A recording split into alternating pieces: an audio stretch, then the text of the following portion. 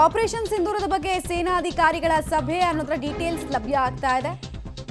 ಇಂದು ಮಧ್ಯಾಹ್ನ 3:30ಕ್ಕೆ ಸೇನಾಧಿಕಾರಿಗಳ ಸಭೆ ಇರುತ್ತೆ ಅನ್ನೋದರ ಮಾಹಿತಿ ಕೂಡ ಇದೆ. ಆಪರೇಷನ್ ಸಿಂಧೂರ ನಿಲ್ಲಲ್ಲ ಅನ್ನೋದು ಕ್ಲಿಯರ್ ಆಗಿ ಹೇಳಿದ್ದಾರೆ.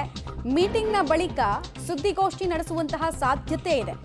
ಯಾಕಂದ್ರೆ ನಿನ್ನೆ ಕೂಡ ನೀವು ಗಮನಿಸಿರಬಹುದು ಸೇನಾಧಿಕಾರಿಗಳ ಪ್ರೆಸ್ ಮೀಟ್ನಲ್ಲಿ ಇನ್ನೂ ನಾವು ಕೆಲ ಆಬ್ಜೆಕ್ಟ್ಗಳನ್ನು ಅನಲೈಸ್ ಮಾಡ್ತಾ ಇದ್ದೀವಿ. ಮುಂದಿನ ಹಂತದಲ್ಲಿ ನಾವು ಏನನ್ನು ಹೊಡೆದ್ವಿ, ಯಾವುದಕ್ಕೆ ಎಲ್ಲಿ ಪೆಟ್ಟು ಬಿತ್ತು ಎಲ್ಲಾನು ಡೀಟೇಲ್ ಆಗಿ ಕೊಡ್ತೀವಿ. ಸದ್ಯಕ್ಕೆ ಅದರ ಅನಾಲಿಸಿಸ್ ಕೆಲಸವನ್ನು ನಾವು ಮಾಡ್ತಾ ಇದ್ದೀವಿ ಅಂತ ಹೇಳಿದ್ರು. ಸೊ ಆಪರೇಷನ್ ಸಿಂಧೂರದ ಇನ್ನಷ್ಟು ಇಂಪ್ಯಾಕ್ಟ್ ಪಾಕಿಸ್ತಾನದ ಮೇಲೆ ಹೆಂಗಾಗಿದೆ, ಎಲ್ಲೆಲ್ಲ ಅವ್ರಿಗೆ ಒದೆ ಬಿದ್ದಿದೆ ಎಲ್ಲವನ್ನ ಕೂಡ ಇವತ್ತು ತಿಳಿಸುವಂತಹ ಕೆಲಸ ಇದೆ. ಪಾರ್ಟ್ಗಳಲ್ಲಿ ಹೇಳೋ ಕೆಲಸವನ್ನು ಮಾಡ್ತಾ ಇದ್ದಾರೆ. ಆಮೇಲೆ ಈ ಸೇನಾಧಿಕಾರಿಗಳ ಬ್ರೀಫಿಂಗ್ ಇದೆಯಲ್ಲ, ಅದು ತುಂಬ ಇಂಟ್ರೆಸ್ಟಿಂಗ್ ಆಗಿರುತ್ತೆ ಮತ್ತು ತುಂಬ ಡೀಟೇಲ್ಡಾಗಿ ಅವ್ರು ಮಾಹಿತಿ ಕೊಡ್ತಾರೆ.